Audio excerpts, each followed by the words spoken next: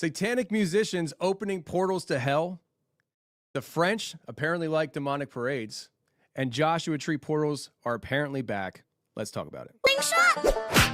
Yeah. Slingshot season. Hey, let's run it. Hey. Grace hit me like boom. Can't miss. No. God with me, whole squad gon' win. Devil try to throw shade. I grin cause the light too bright where I've been. Right, let's get this show going. Thank you guys for tuning in to another live show. We are here live in studio. We got Derek. Derek, say hi. Hello. And we got Jack. Jack, say hi. Hello. We're working out some logistical kinks here, friends, but we are trying to create a good live product for you. And so we heard your critiques, and we, instead of doing a pre-show where we just chit-chat a little bit, we're just jumping right into the show today, and hopefully that appeals to everybody. Guys, we got some things to talk about today. And it's been a wild week for us. And the portals that we're going to be talking about today actually started for us, I would say, this week on Monday. Because, so this week, just so people understand the layout of our schedule this week, we've been working like a ton on just a lot of recordings. We had Dr. Laura Sanger in studio. We had Vicki Joy Anderson in studio, and we recorded with them several recordings. At Monday, we didn't do any recording though. On Tuesday, we did a roundtable discussion with Vicki Joy Anderson and Dr. Laura Sanger on spiritual warfare. And then I did a solo interview with Dr. Laura Sanger right after that. And then yesterday, we did 2 recordings with Vicki Joy Anderson. One, the one we planned on doing, and then we did another one where we actually had questions from the members for them, and we went through those questions. And so we did a members episode where Vicki Joy got to answer some questions. But this week was just like a wild week on the schedule side of things, but also Monday. You know what? While we talk about all this stuff on the show today, let's try something different. Jack, at the end of the show, I would like to, if there's super chats, if you guys got a question, a comment that you would like to have discussed or answered on the show, drop it in a super chat, and Jack will collect those comments, and we'll go over it at the end of the show. And also, let's give away 5 free memberships on YouTube today. Okay. So I don't know how you do that, but just schedule that. So people watching and watching live right now, if you're watching live, Jack, how does this work? How does the live, like, does it randomly give people memberships? How does it work? Yeah, so it's going to be a random selection of people who have commented in the live chat. Okay. So anybody who's commented in the live chat, if you are wanting a free membership, or even if you don't, it might happen to you. So Sweet. So we're giving out free. We're gonna give. Did I say 5? Yeah. Let's make 5. Let's give 5 free memberships away to anybody commenting in the live stream today. So may the luck be with you. You know, we have no control over who gets the free membership. Apparently, it's random, but it's the giving season, right, Derek? It's awesome, man. Yeah. What's funny is that Derek is such a giving person, and sometimes I'm like, Derek, you're giving away too much of our stuff. But, no, it's good. It's good. So on Monday, we had Laura come in a day early, and we wanted to learn about spiritual mapping. She does spiritual mapping, and that was the solo interview I did with her, was all about spiritual mapping. And we got a chance to put that into practice on Monday. So we went to 2 different locations. They went to a third one. We went to 2 locations in East Tennessee, and we learned part of the process, which was called prayer reconnaissance. And what did you think about that? Yeah, I mean, defining terms for people so they don't freak out about what we're talking about. But yeah, we were just trying to assess what the spiritual darkness like realm is laying over in certain areas. And so we actually walked downtown Maryville And we were just being sensitive to what the Holy Spirit was guiding in our hearts. Yeah. And yeah, we had some really interesting things come up. And that's the thing, like you're talking about like spiritual overlaying. So veils veil between this world and the next can get thin at different geographical locations. And when they're real thin, portals can tend to open up. And it's interesting because there were, I don't want to get into great detail, but there were geographical markers, or not geographical, like there are physical markers at a very specific spot that she said she sees pop up everywhere. Like it's just, what'd she call it? It was a something punk. Circle punk? Circle punk or Circumpunk. Circumpunk.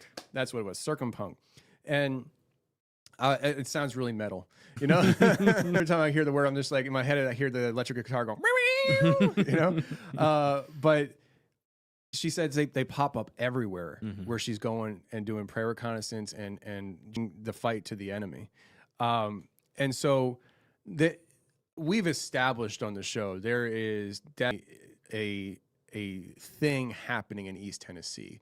I would say not a portal, but many portals. And we can go down that road some other time of how I personally view portals. I do think that some are fixed geographically, and I do believe that East Tennessee has fixed geographical portals, but I also believe that some of them are not fixed and they can move. And I think they probably move a lot according to the people that are accessing them and opening them willingly or unwillingly, not knowing what they're doing. It's a complex topic, I would say. Also, I'm still trying to figure it out. So, but here in East Tennessee, we hit some spots in Knoxville, hit some spots in Maryville. Well, the locals say Merville, but it's pronounced to the rest of the world Maryville. But one of the places, like, there's a lot of weird things that happened, and I would say. I didn't experience this, but I know you did, and I think Jack did too, and several of the other people on her team did. Where you were walking, there were people that seemingly were being they were being used, I would say, by demonic influence. I think one guy was barking at you or something, or was that somebody else? I think it was Zachariah was getting barked at, but okay. Yeah, so we were just coming around praying, and then I think they were trying to deal drugs, you know, so. I don't think so. You don't think so? No, not at all, because where we were at is heavily trafficked with police. I don't think it was a drug deal. Well, it was strange because I'm coming around and I'm just praying over, and there's some like rocks that kind of pop up like bigger stones, and I saw them interesting, so I was just looking at them, praying over them, walking slowly as I pray. And they start just yelling 5-0, 5-0, and they start like they were barking at some of the other ones and like kind of taunting us. Weren't they yelling at you too, Jack? I think they were yelling. They weren't yelling at me. Okay. He was just walking close to me, and so then it ended up. Gotcha. Like it sounded like they were yelling over towards It was us. just. It was really interesting how the amount of seemingly pushback came to the team members in different ways. While you're out there, to the world, theoretically, to the world, what they should have seen was just people, because we weren't all together. We weren't marching around anything like the walls of Jericho, you know? Like, we weren't blowing trumpets. Not this time. But, like, it was just random people seemingly walking, and the amount of interaction that people got really kind of stirred something up in me. They're like, okay, something's happening in the spiritual right now. There's a thin veil here, and there's activity happening. And we had some pretty wild stuff. I mean, I think I uncovered some witchcraft that was happening in the area. Several of the team members came to very similar conclusions, not just with the witchcraft, with other things. Now, I think that artists, musicians, movie stars, maybe even directors more than the movie stars, but these people in these industries can, whether they know it or not, whether they're doing it on purpose or not, can open up portals through their work. Especially a couple of weeks ago, and the whole 6-7 thing, and the fact that what I was trying, and I think I did a decent job conveying to people, it's not the numbers that's the problem. It's the person who's doing the witchcraft behind the scenes to push his product. That's the problem. Okay. And 6-7 is just the byproduct of the root of the problem. In a similar manner, when it comes to other things like art, I think it could be a similar issue, whether they do it on purpose or not.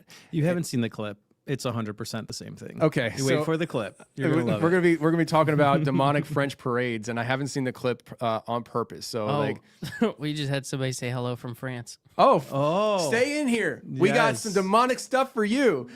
Well, Like information, I should say, not demonic. We don't have demonic stuff. We have demonic information. Take that back. It's live. You can't.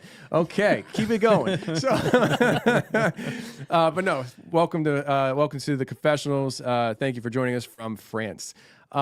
So my wife's French. Anyways, parlez-vous français? so we came across several murals around town, and there was symbolic things in at least 2 of them. The third one we actually didn't take pictures from because I know it's on the other side of town, but I know that where those murals are at are deeply, deeply satanic. And so I had a sense that there was a connection, right? So Jack, I want you to show people just a picture of the mural next to the comic book store, if you can Gotcha. pull that up. Yep. Because this mural next to the comic book store, it has tons of comic book heroes, and there's only one thing about this mural that is different than the rest. Which, by the way, the backdrop is the Smoky Mountains, so it's anchoring to our geographical location. And then you have this one seemingly normal guy in like a tuxedo riding on the back of a demon. Like, so you have a mural with all superheroes depicted, the Smoky Mountains backdrop, so it's anchoring you to a very real thing. And just my own personal intuitive thoughts behind the meaning of everything. Even if the artist didn't mean it this way, there are influences that people are influenced by. We covered that on the show. That's why people need deliverance. I think that what this is depicting is old, dare I say, Nephilim type energy here within the superhero depiction. Here, as in the Smoky Mountains, East Tennessee. And then you have this one seemingly normal guy riding the back of a demon. I don't know comic books that well. Do you guys recognize that character at all? Is that from a comic book series or anything, or a show? Not to my knowledge. No, I don't know that either. Yeah, I don't, and of course I don't, right? But to me, it looks like we will elevate you to the level of godhood, Nephilim hybrid existence on our backs. We will carry you there. And it shows this guy riding on the back of a demon. Yeah, so when we were going around and praying, that's the one spot I felt like something was like watching me. Like I felt like, so I looked, and then that specific drawing that drew your attention as well is what really like stood out to me a lot. Yeah. When we were just praying around. So yeah, it's not, I don't think it's coincidental at all. Dr. Sanger said that it's like watcher spirits that they'll like embody those like paintings or statues and things like that and use them to like put eyes on us. Yeah, I'll tell you what. I've spent time with Dr. Laura Sanger at BlurryCon several years in a row now, 3 years I think. I've spent time with her on interviews, but outside of the official nature of, hey, we're vendors and we're busy here at a conference, or hey, we're connecting remotely for an interview. Once it's done, see you later kind of thing. I haven't had that interaction with her until this week. And spending a few days with her, I got exposed to the depths of her intuition and knowledge. And I've walked away from my interactions this week with her even more impressed by what she brings to the table when it comes to spiritual warfare and understanding the battle at hand. It's just, it's wild. So Jack, if you could, I want to pull that picture back up because I want people to see. Now, talk about demonic portals, right? I would say YouTube is a demonic portal. Well, just in general, like you're talking about these phones, they're portals to something, right? They're gateways into another world. And the more AI gets involved with the literal makeup of these things, where these things are actually, at some point, these phones will not operate without AI functioning it. It won't be an option as, oh, it's a toggle switch, turn off the AI. You can't have a phone function without AI. It will be function. It will be the foundation of what you hold. And so, speaking of AI portals, show people the video of that mural coming to life that we used with, what was it? Gemini, right? Was it Gemini, Yep, Gemini. VO3? Show them what that looks like. Looks like a Lilith dragon, Satan himself coming out of the mural there. It's kind of creepy. It's kind of creepy. What do you, Jack? Derek shared his thoughts about that whole thing, but you were involved as well. What do you feel like you gained from that? Because I mean, we're talking about portals today, and I think to a certain level on Monday, we on an inner circle discovered, I don't want to say exposed, because exposed would be like I'm exposing it to the world. I'm not doing that, at least yet, but we discovered there is a spiritual gateway here in East Tennessee. Yeah. What did I feel? Yeah, how'd you feel about the whole experience? Well, I mean, I don't know. That specific conversation wasn't something that I really encountered, like from the mural standpoint and everything like that. But from the prayer reconnaissance and things that we were doing on Monday, like it definitely opened my eyes to understanding a little bit more about where you're from or where you're living. You know, most of the time in my life, actually all the time, I've never really done much research on like history of where I came from. And doing what we did on Monday was more of like understanding, you know, how this area was created, where, you know, what was going on here, what's the history of the land. And it helped me to kind of like realize that I am stretching. I'm being stretched. He's being stretched. You know, like this is definitely not something that I would be very familiar with, but understanding that there are strongholds of things that we can't see and that we still have to combat, you know, and we do it through prayer. We do it through spiritual warfare, in keeping ourselves, you know, up on scripture, being willing to examine yourself, all of those things. So I felt like it was more encouraging for me personally on Monday to be stretched and, you know, lifted like that. He was encouraged. How dare he? How dare he? No, I think we were all encouraged by just a deep thing. Now, we covered the mural. Jack, actually, I want you to cue up, before we move off the mural, the last piece of art for this. There's other stuff, but show them the bull mural, because that I haven't even spent a lot of time analyzing, but it's definitely something that is interesting, just because I think if we looked at it closely, it would probably reveal a lot of stuff. But which god is commonly depicted with the bull? Baal. And which god is the one that we feel like has been harassing us for the last year since episode 692? You know?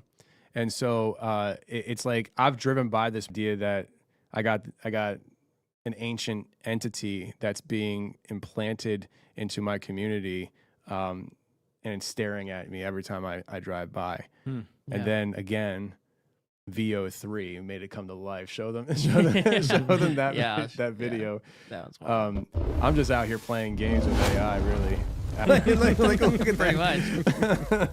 much. But I mean, it's crazy. Like if you think about where AI's gone since, you know, 3 years ago when it first started popping up, and you had Will Smith looking like more like a painting of Da Vinci, Leonardo da Vinci, and was it? No, not Leonardo da Vinci. Picasso? Not Picasso. Van Gogh. Thank you. I'm just getting all messed up. Okay. Van Gogh, like that's what like eating his spaghetti in those videos. It's like a Van That Gogh was so painting, bad. you know. And now to see where it's gone, it's kind of crazy. But so you have portals being established, maybe even anchor points being established through hand art, you know, drawings. You know, that's why people talk about, Pastor Troy Brewer talks about, he received a gift from a witch doctor that I don't think he realized was a witch doctor at the time, but he received the gift. And by taking ownership of that, he became an anchor point for that person that later then astral projected to his home, into his room. Wow. So like there's a lot of this, the anchor points connected to portals. So let's now talk about the music industry, and then we'll top off with the movie industry when we start talking Joshua Tree. But the music industry, we talked about Skrilla a few weeks ago. Now, Skrilla is. Do you either one of you remember the religion that he's in? I can't remember. Santeria, that's what it was. And it's just wide open with it, you know, which is interesting because I'm pretty sure there's a lot of Christians in the world who aren't open about their faith as much as he is about theirs, right? Yeah. They have a hard time admitting that they're Christian. But I think we established the deep, dark roots of that artist particularly. And again, by his practices and what he does, he opens up portals into his life, but also the people who are listening to the music. And it's evident, according to my thought process on this, that not only have people been open to a portal into his music, but his music talked back to the people and got them chanting a ritual globally that was nonsense, means nothing to the people chanting it, yet they're all chanting it. Yep. So there's that aspect of the music. Now, we saw this play out where? What band was it? This week? It was Zach Brown Band. Zach Yeah. Brown Band. I caught you off guard. You did. He was falling. Derek was falling asleep. I was trying to give you. Trying to give you opportunity to speak. And I'm like, what band was it? And he's like, I don't know. Okay, I'll tell you. Zach Brown Band, Derek. I wasn't sure if you're talking about the rapper or not. I wasn't sure if you're going to. No, I'm trying to transition the show into the next stage. I gotcha. We're working out the kinks, friends. Did you bring your tool back? Yeah, me. So I haven't even seen this video yet, so I'm going to watch it with the audience. I've heard about the Zach Brown Band. So before we watch it, Derek, if you could give people an idea of what they're about to see. Yeah, I mean, it's pretty wild. He has a crown, like a satanic crown, while he's playing live. And then in the background, it's like a giant red door, right? The symbolism of red, a door, all that. And they go through the keyhole to see like a boy on the bed, and all of a sudden, like, it goes into the dream realm and then becomes like hell. Wow. And then they start singing "Heavy is the Crown." Wow. Yeah. Okay. We're in for a ride, Jack. Are you ready to play this for the people? I want to see this. I am. That's wild. Yeah. So crown of thorns there on his head. That's wild. I was just started thinking that we're gonna get. Yeah, that's dinged exactly for- why it's not there. I was like, whoa. Hopefully he would get the hint. Whoa. Stop. Stop the video. Well, I wanted to make sure we got through like the context. of it. Wild. Yeah. Wow. Jeez, dude. All right. So, Jack, can you go back to the video and just mute that tab or whatever course. to Yep. mute the video? One I want to just have this playing again while we react to it. And Derek, I'm open to you're very intuitive when it comes to this stuff and reading it accurately. So, I mean, as accurate as we can. But if you could just restart that video over again, Jack, so we can see it from the beginning, just by refreshing the page. There we go. It should be good then. But all right, so the red door.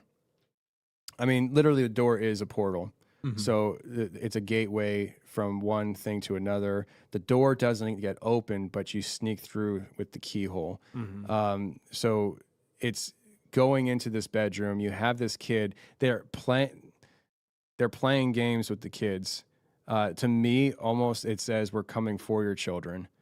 Okay, and then that kid sitting up in the bed and his eye, the pupil, becoming a portal itself into, it's like a gateway into his own mind. Yeah. Like this is crazy because every night, wow, this is wow. So I was just talking to Dr. Laura Sanger today about my son's dreams, and I was telling her how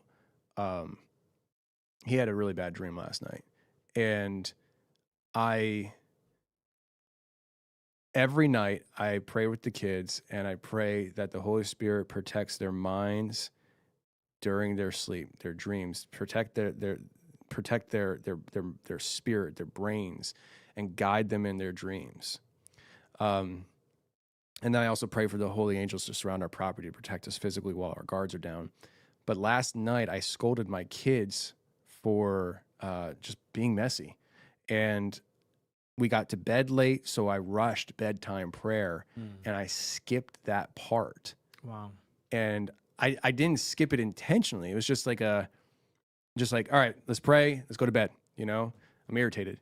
Yeah. And he had a bad dream last night that had a lot of significance because he has like prophetic dreams at times. And so, anyways, I say all that because what this is showing, that video is showing, is the gateway into the child's brain. And it was like, what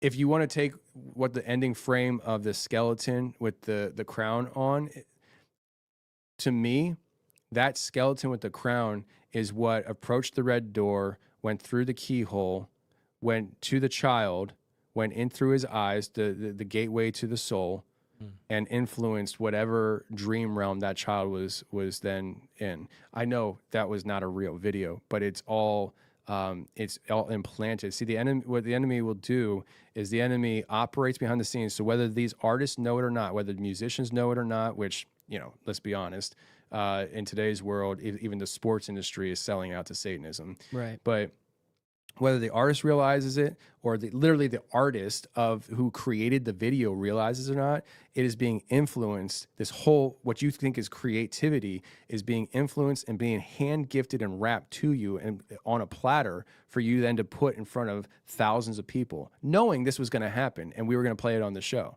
You know what I'm saying? And it's a giant ritual. So that's my initial thought. I have never seen that video before. Later on in the video, I mean, like the screen wraps all the way around everyone, and it's literally like hell. Was this in the Sphere in Vegas? Yes. I think It's the Sphere in Vegas. So Okay. I mean, like they're totally surrounded by In hell? In hell, like the whole audience. Then he's the one with the crown on the stage singing "Heavy Is the Crown." So he's depicting himself as Satan. Sort of. I'm the king of this realm. Yeah. Yeah. Like I just took you to hell, Mm-hmm. and I'm the king of this realm. Welcome to my playground. Yeah, it's 100% ritualistic. Do either one of you know any history of Zach Brown Band? Because back in the day, like in the 2010, 2011 area, you know, I was like, yeah, I like my chicken fries. Yeah. I mean, You like know, that, or my chicken fried, you know, something on a Saturday night, you know, like I like country music. Here's my confession on the Confessionals. I love country music, but I always thought the Zach Brown Band was like, you know, just a good old band. Do you think they were always like this, or do they sell out, or do they even realize they're selling out? bro, I have no clue because I don't. This makes no sense to me from the perspective of knowing them for chicken fried. That's all Yeah. I know is like chicken fried. Yeah, I and, like my chicken fried. Some of the yeah. other songs, they're like nice country, Yeah. and that is so like wildly different. Wow. I didn't even, I didn't hear the song, but I wonder what the lyrics are for that song. Yeah, they're pretty dark, and it's actually written with Chris Cornell. He's the one that died with Chad Bennington, like the ones that were so-called suicided, Right. back when they were going to expose a lot of Human trafficking? human trafficking. Yeah. Yep, with Hollywood stuff. So Go ahead. No, go ahead. It's just really interesting. I like that. It's like Chris Cornell helped write this song that he's singing. So I almost wonder if he's trying to expose things through being so dramatic that the attention's there. So hopefully people could like follow breadcrumbs. Yeah, but if I'm trying to expose something, you're not still going to catch me going and putting on a Satan suit. It's very true. You know what I mean? Like, It's very true. like I'm not, I ain't doing that. So And he's dressed like the guy that you would imagine that like they visit people at the crossroads. You know, the guy in the nice suit, Yeah. and with the crown on. Like, wow. Yeah, I don't know. This is, in my mind, this is pretty concerning. And I don't. I feel like if that song was written, was the song written a long time ago and they're just singing it now? yeah, it's like 10 years old. So the song is 10 years old, as in like they've already published the song a long time ago? Gotcha. And did they always have this kind of darkness about it? I have no idea. I'm not a big like fan of Zach Brown Band, so I was just doing some research on it. But yeah, it's because like Cornell died about 10 years ago. So I'll tell you what, I've been saying this a lot in the past week or so, but I just feel like I'm noticing a trend in my conversations and on the show. I've done more human trafficking shows on this calendar year than I ever have before. And it's becoming something that, like, there's a stirring in my gut. I don't feel like I have this defined call direction to pursue something, but there's like this stirring in my belly when it comes to human trafficking and fighting human trafficking. And the fact that being a possibility, I don't necessarily balk at it. I don't necessarily agree with it, but just the idea of human trafficking being brought up again on the show is something that I'm just mentally making a note of, because that wasn't in our show notes. yeah, I mean, maybe that's just the deal he made, and that's the difference between being suicided and then 10 years later being in a concert celebrating Satan. Interesting. You know, passing random thought that I shared with you guys yesterday and today. I'm thinking about starting a nonprofit organization that like the proceeds go to like literally going out and taking care of those in need, like where say somebody in Knoxville, they had a propane leak in their house and the house blew up and they need help. Like, we can have a nonprofit, like a local nonprofit that comes and helps people like that. And I mean, there's plenty of homeless people to be helping. And so I am kicking around the idea of starting a nonprofit where we have the funding to just go and just help people. And I know a couple weeks ago we were talking about how, you know, my thoughts on Christmas, I'm the Grinch and everything. I'm the Grinch because of a lot of reasons, but I want to just give back to people outside of the emotionally grabbing Instagram reels that I see other people doing, because that stuff gets me to that so bad. I want to do that so bad.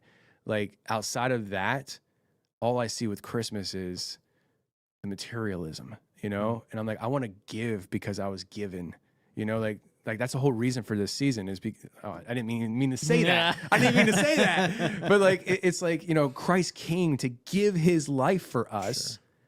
And we're just about consuming and not giving. I can't give my life over to a homeless person, but I can give them warmth. I can give them something. And it could be something as simple as a homeless person who is literally sleeping on the street because their tent was stolen from them. Maybe I can't give them a house, but can I go to Walmart and buy them a tent or a heater to stay warm, you know? Or maybe even a 70, I don't know how much a hotel costs, but 70, 80 bucks for a night of just a warm night in a hotel room where they can take a shower. Anyways, I don't want to derail on that, but like you portaled into my emotional side there. But it's just, man, I'm really starting to have a stirring for that. So, you know, maybe we'll talk about it off air and stuff, but maybe we can look to do something like that. That'd be awesome. Yeah. I think starting something that would be really good. So Zach Brown Band's hellish. Check that box. No good. Stay away from that. How did we should like have at some point, Jack? We should get just like custom, not custom, but like pre-thought out sound drops, because one of the sound drops I would love to have is Bill Gates go, no, don't do that bad. Like, you remember when he did that during that interview?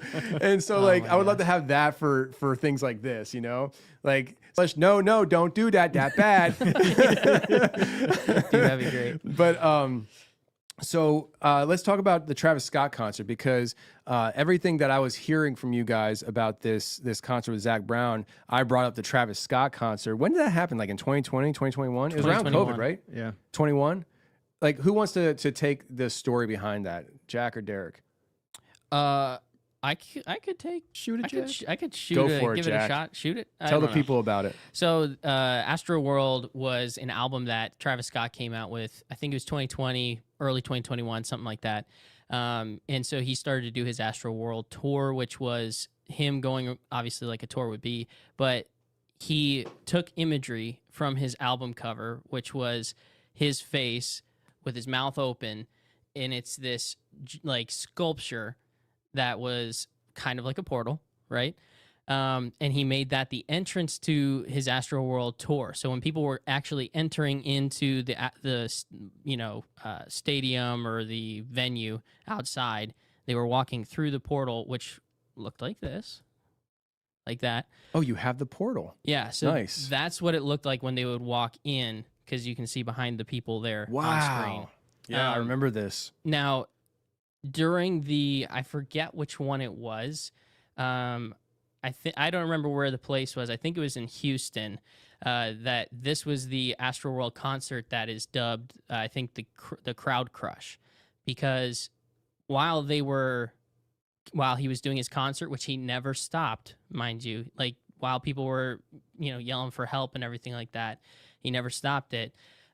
He was doing kind of like ritual things on stage. See you on the other side. That's from the concert? Yes. Wow, So I the forgot all background about is like a this. mountain, and then the center is a portal, which says "See you on the other side." There was a lot of other imagery that was going on in that portal that was in the center of the stage there. But even for him, on his shirt, he has a portal as well. Wow. Where he has, Yeah. in the blue there, it's a person, and then going through the portal is a demon. Comes out blue, or starts blue, goes red, and it comes out as a demon. But throughout the whole entire concert, the crowd just kept pushing and pushing and pushing and pushing forward. And there were people, I think there were 8 people that died from that concert, which a lot of people have claimed to be a ritual. And it would make sense based on the imagery and the situation that was going on, and the fact that he didn't stop at all throughout the entire concert to have people get help. So it was very interesting. It's something that, I mean, it's probably the worst case like that we've seen of something like that, but we've seen other musicians do what felt like rituals. People said on Taylor Swift's Eras tour that they felt like she was having rituals in concert. Yeah. Like she was invoking a spirit and having other people with crowd chants invoke a spirit. Same thing with The Weeknd and Beyonce. The Weeknd had Satan pop up on screen every place he went to. Yeah. Wow. It would flash on screen. I mean, they tell times. you, they're just telling you, and it's they're banking on the fact that people are going to be like, they're just going to be too stupid to believe it. They're too much in love with the music. It's kind of like this thought that I had this morning. People want to love what they believe more than they love truth. So, and I check myself on that too. Like that's just in general, I think it's a human nature thing. Like we have a pre-bent on something, and we want to believe that's true. Yeah, I mean, we're like stuck in a materialistic mindset. Like we're taught through school to only believe in like a physical world. And then we have all these incredible spiritual heavy things that are going on. And it's like we have to draw the conclusion that this is extremely spiritual, right? Like these are intentional rituals, like the Harvest Festival in Las Vegas, like all these aspects that we had. It's like it's continuing to like pile up, or like, what's your excuse? Yeah. So I just start looking at it. I just remembered, speaking of these concerts and portals and stuff, I bet you if we went and looked at video from most of these major artists, there would be symbolism of portals. I mean, I bet Isaac Weissep probably breaks these down all the time, you know? Yep. Shout out to Isaac Weishaupt and blanking on his podcasting. What's it called? Occult Symbolism and Pop Culture. Occult Symbolism and Pop Culture. He is probably the most well-researched individual when it comes to literally the title of his podcast, Occult Symbolism and Pop Culture. I mean, it is wild. I mean, I can't keep up with him. I can't keep up with him. When him and I are talking, I'm like, I don't know what you're talking about, bro. like is he scheduled to come out here next year? Yeah. Late spring. Late spring? So next year, late spring, he's coming to the studio, and I'm just gonna be like, go. Expect nothing from me. It's gonna go right straight through, one side the other. But speaking of these things, though, Beyonce's concert, I remember probably like last year or something, she had a concert where literally on the screen, I think it might have been the Sphere again, because it seems to be a really popular landing spot for, which, by the way, the Sphere itself should be a huge symbolic thing when it comes to what's going on inside. But it was a woman's legs that were spread open, and the video just zooms in between her legs. And so the portal was her female lady area. Wow. And the entire concert was being taken in there. And from there, you meet Beyonce on the other side, and she's birthing into this goddess figure, which I believe it's Oshun that she worships, the goddess that is usually depicted wearing yellow. Jack, look this up. Oshun, Oshun, I think is what it is. But often depicted in wearing yellow and surrounded by water. And if I remember correctly, I don't remember what song it was, but she had a music video where this door, you're going up these stairs and this door opens and water just comes gushing out, and she comes walking out in a yellow gown. Wow. And so like they're telling you what this is. Am I right, Jack? Oshun? Yes, you got that right. Very right. I got it right. Proud of you. I got it right. I got it right. All right. Nailed something. Awesome. But it's just like they put this stuff in your face for sure, 100%. And it's like we just have to have the eyes to see it and the willingness to discern it. So like often we see things and we just gloss over, I don't want to go there. That's going to make me uncomfortable. But if we have the willingness to discern the situation that we're seeing and be honest about it, it may not shift the culture as much as it shifts the culture in your heart, shifts the culture in your home, because I'm noticing it in my own home. Like we're in, guys, everybody watching this, most people know my wife is fighting sickness, cancer. I'm actually in the middle of a transformation where I need to start changing how I even talk about it. And Dr. Laura Sanger was talking to me about that. But we're going through this season outside of that at home. It's tied to that, but we're in this like journey of discovery, that things that I can't even talk about it on air. Like maybe one day Lindsay will give me the green light for it when we get through this season, and some of it is a storm. I would love for her to come in studio and her and I rap about some stuff. But she's very introverted and she doesn't like she's like, well, what are we gonna talk about? I'm like, we don't do that around here. Your personal history, let's pull it all out. Yeah. like she always wants the syllabus, and I'm like you guys, you have access to my notes for today's show. It's literally words listed. It's just like things that are going to trigger my mind when we go. And she's like, I need to know every word that's going to be said. I'm like, that's not how this works. That's not how this works at all. Welcome to the show. So we talked about the Travis Scott concert and just these artists in general. Was it 8 or 10 people that died at Travis Scott? It was, I've seen both. I've seen 8 and I've seen 10. It seems like 10 is the more consistent number, and there were like over 100 people injured at the concert. Okay, so, and I think it was you, Jack, or maybe it was a comment that I saw, but somebody was saying how he was like groaning and grunting on stage during this. Like, I haven't looked at that video in so many years, but it just, if I take try to take my memory away from it, just take the information that was just told to me, and the fact that there's this portal and the deaths, and I remember seeing videos of people suggesting that there's demonic entities on the camera, like popping in and out from person to person. Like this was like a demonic rave happening. And the person who's orchestrating it on stage, or maybe being the vessel for it, is up there grunting and groaning. And we know Juice WRLD said that, was it Juice WRLD, right? Not E-Juice. Yeah. It's Juice World. I don't know these kids' rapper names. They're so stupid. Like Juice World. You would never catch me calling myself Juice World. Kool-Aid Man. Yeah, like hey, you know.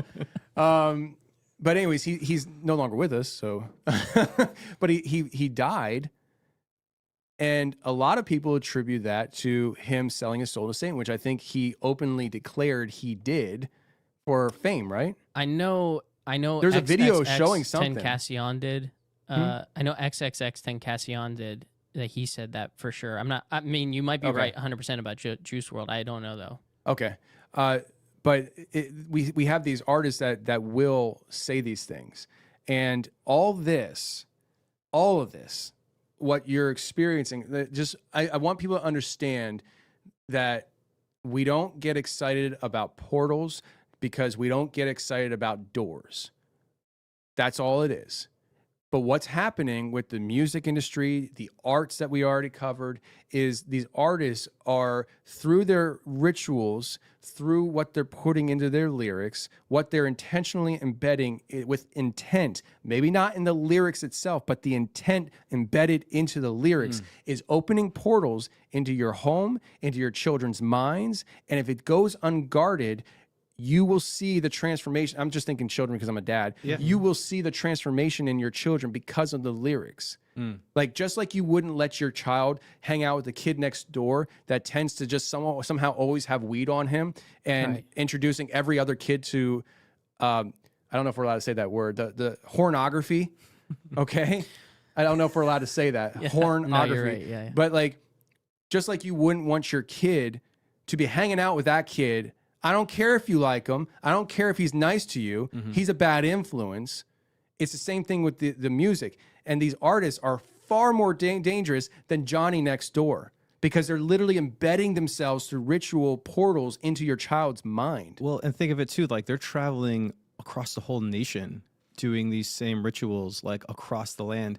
And it really takes me back to what we did Monday when we're actually trying to like close up the damage of like vows and things like in that fort we were at. We're trying to close off what the enemy's trying to do. And here they are just trying to open it up all over all the time. So musicians, artists, Hollywood, but also governments. Governments will put on mass rituals and open up portals into their own communities. We saw the Goddard Tunnel, that whole ceremony. You know, and you guys were telling me about some parade, or was it a ceremony or a parade in France? So to set the stage, it is it's called an outdoor opera. So again, it's hiding under the arts, under the like umbrella of arts. And so they create these like giant sculptures, they're animatronic, and they're paraded around the town as like an actual opera. So Jack, do you have that queued up? Yes. That was a quick warm up there. You got to give more time. 10 more seconds. There's things you say like, I know we have a clip somewhere about it. I think Jack has it, but, and then you start talking. No, that's his cue. It's like, Jack, you have the thing ready, right, Jack? I'm out of words now, Jack. Go. It's all good. It's all good. So I have it up here. Now I paused it right here at the beginning because it's everything that you'll see and that you would hear is in French. So I translated the words on the screen here at the beginning because this is basically like the introduction. Let me actually switch to me. This is basically like the introduction to this parade. This is what they would probably announce or that they're trying to announce. And this is the video from the company that put on the parade. So you actually have the translation? On screen, I have the French on screen, but I have the translation here. All right, so read before you hit play. I want to know what the translation is because that's what I was going to do. Okay, good, because I'm seeing Lilith in here. I'm just like, what the heck? Yeah, I figured people would see that and they'd get a little excited. Really quick though, like see if anyone notices the connection from the entities that we saw in Maryville to what we're going to see here too. Really? Yep. Okay. So the translation says, Asterion, the Minotaur, having emerged from his labyrinth, has become the protector of the city of Toulouse. Ariane, the giant spider, is the guardian of the labyrinth. Lilith, the scorpion woman, freed from the underworld, wanders from city to city in search of damned souls. So read me the Lilith part again. Okay. Lilith, the scorpion woman, freed from the underworld, wanders from city to city in search of damned souls. Jeez. Okay, so this parade was sponsored by which government? The French government, or was it like a local village, or do we know? That I don't It's know. only been going on for 3 years, so I think a lot of So this is a recurring thing? yeah, it's been 3 years. So the footage of this has just been viral like recently on Instagram and stuff, but it's actually from 2024. Correct. Lilith wasn't actually a part of the 2025 parade that they did, but it's a whole thing. And when you watch the video, they'll explain the narrative of what it's all about. Wow. All right, let's check it out. Okay, so what I'll do is I'll do my best to read the auto-generated English translations as we go. Okay. Oh, wait, I want you to see the imagery. Oh my gosh.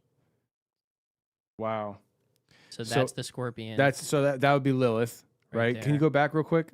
Yes. Just flip back a little bit. So the scorpion right there on top of this is, I mean, extravagant. I thought it would be like Mummers Parade. This is like sculptures on top of buildings, like an invasion of the demonic realm into this reality. Like Yes. the upside down has now portaled through to France and is invading this realm.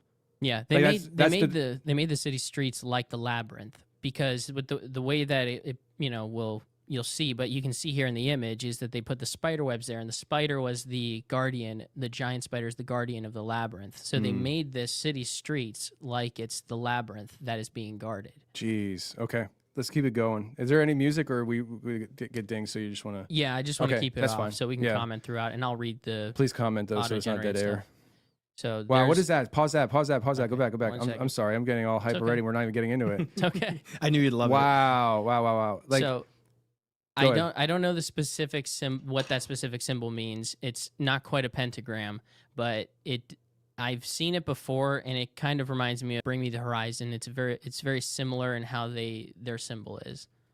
Are you looking it up right now? yeah. Yeah. So for those that are listening and not watching, it's just two spikes at the top, or 2 points at the top, and it's open-ended at the bottom here with two what look like bones, and then a W and a V underneath. Jeez, man. Yeah, I think that symbol would be worth diving into. Not right now, though, Sure. because we don't have the ability to do so. But keep it going. This is... Yeah. Yeah, the symbols get increasingly more Wow. insane too. Wow. Just keep it going unless I tell you to stop. Jeez. Yeah. 666 right there. There's Lilith probably. Yep. Jeez. Scorpion woman. Lilith. Wow. Yeah. Wow. So this is them setting this up right now, and like you can see them, getting rid of the spider webs in the street and trying to. I mean, look how many people are there. It's wild. I mean, when you have a spectacle like that, Jeez. it's So, yeah, pause this for a second, because what you're seeing here is an entire community. I don't know what town, village, I mean, it's definitely a city. I mean, that's a lot of people. But, like, this is something that takes mass participation in a giant ritual for demonic entities. They're literally naming Lilith. Yeah. Wow. Yep. So I rewound it a little bit just so that way people can read this on screen. I am Lilith, the something. I will seduce your lovers. I will reduce them to powder that I will throw to the wind. I am the ITE, first woman of Adam. I fear no one, neither donkey nor Satan. I am Lilith, the last. I will remain until the end of time. You will never forget Whoa. me. Did you see that? Go back. Hit play and pause it when it goes on her hand real close. Look at that. Yeah. Pierced hand. Brutal. Brutal. Wow. Straight up mocking Christ. Yep. Well, here's what's crazy. This is in Toulouse, France. And then the upside down cross on whatever that is on the top left corner. Go ahead. Yeah. So Toulouse, France is actually the origins of the ancestral lineage of Jesus in the Gnostic beliefs. So this is where Mary Magdalene escaped Jerusalem and Israel and then went into lower France and began to birth children from Jesus, or a child from Jesus, which is where all the kings and lineages come through. Jeez. So this is like the centerpiece of like the female deity. Wow. That's some information we need to go over on a personal note later. Yeah. That's wild. Hit play. Keep reading. Lilith, the last that will remain, and forget it. Hold on. Sorry. Catch so up, keep Jack. re- Catch my fault, up. my You can fault. do it. You can do it. Okay. I will remain until the end of time. You will never forget me, neither in your nights nor in your dreams. I am Lilith, the warrior. I break the wings of the wind. I believe in nothing. I devour the sun. I swallow the light. I shatter the wall of time. I am. See how they say that? Mm-hmm. I mean, Yep. recognize that? 100%. She's claiming godhood. Yeah. She's claiming to be God, the Elohim. Wow. Yeah. Wow. This is wow. Yep. And then they're all focused in the town square. There's Baal. There's Baal and Lilith. Wow. Just like the creatures here that we saw. Yep. Wow. Mm-hmm. The Right bull, here in town. the bull and Lilith. You even wow. And now they're gonna have like this romantic intercourse, almost like. And you know the kinda crazy thing going is on. here in town, the murals aren't done by the same artist. You can tell it's different style of art, which means it's the underlying spiritual force here that's pushing its agenda through individuals who are probably not doing it for those kind of intents. Yeah. Our reality is being manipulated by dark entities, and we do it because we walk into a room and we allow them to have authority on ground that they aren't supposed to have authority. That's right. We are handing it over to them because we don't cleanse our minds, we don't cleanse the land, we don't cleanse our families. Because we buy concert tickets and show up to these events. Shame on everybody. Come into my camp because I don't even listen to music when I'm on a long road trip. Jack, Yes. Oh my gosh. tell people what it's like riding with me in the truck. God save me. That's what it's like. We're sending prayers. Oh man. Wow. But yeah, I mean, you have Lilith and you have Baal. I mean, like, it's just very obvious what we have. Okay. Let's keep this going. Yep. So Lilith, the dark maiden, has no name, no origin. Her eyes are transparent, the color of water. Her eyes are a mirror of cold silver moon, where I am myself, where I am. Wow. Yep. Wow. It's So, interesting, right? They're, like you said, claiming godhood. It has no origin. They're clearly trying to push that narrative. Yeah. So so pause it for a second, just because so God told Moses, "Tell them I am sent you." That is God. Mm-hmm. Jesus was killed because he identified himself as I am.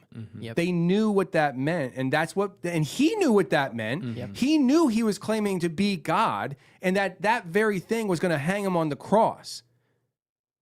Yet he had the love for those who he was doing it for to continue to do it and move forward with that process. He didn't have to do this. And so now we have another entity manifesting in front of crowds that are accepting the definition of I am. So we went from God saying I am to the mediator, Jesus Christ, saying I am and being killed for it, to now we're in the timeline where something else is saying I am and it's being celebrated. It's just art, Tony. Whew. Wow. That's I'm good. baiting That's him. really good, Tony. That's really That's good. really good, though. It's Hit true. play. Let me see this again. Let me watch some more. Almost over. We got about a minute left, but I'm not sure how much is left. Remember, Wow. this is the official video from the website of the people who made these creatures. The dancers lose themselves. They fall. The Keep going. palace You're good. fills with white skeletons. The circles invade the walls of the capital. Nothingness precedes it in the void. Jeez. So this is an all-day ritual. That's what it looks like. It was like, I think, like a few weeks they filmed and has different And you events. said that this was actually last year's parade? Right. So 2024. 2024. So pause this for a second. I don't have the answers for this, but pull me back up on screen. We can end this video at this point. But I'd be interested to I'm not the one to do it. I'll just be honest with you. Like I'm not the guy for this. But somebody who's good at researching and has a mind wired for that should research that town and the events that followed that parade Hmm. through the Yeah. following year. That's smart. And then from there, you then research patterns of not just that town, but France.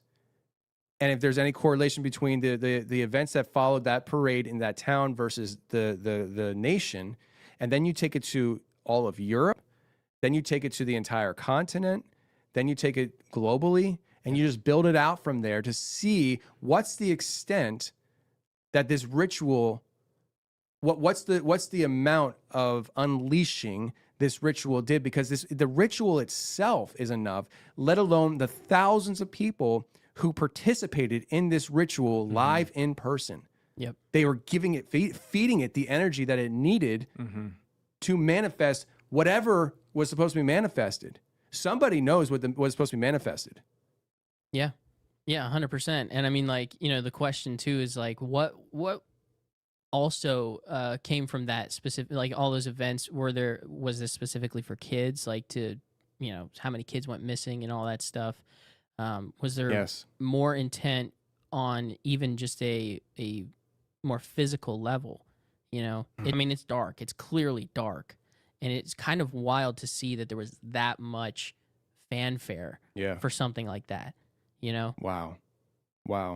That's wild. That's absolutely wild. And you know, like you say you shouldn't be surprised, but it's still just, it's surprising. It's shocking, you know? And I know logically it shouldn't be, but it still catches you off guard. And it still makes you just like, really? We're now here as a society. We've gone backwards that far now.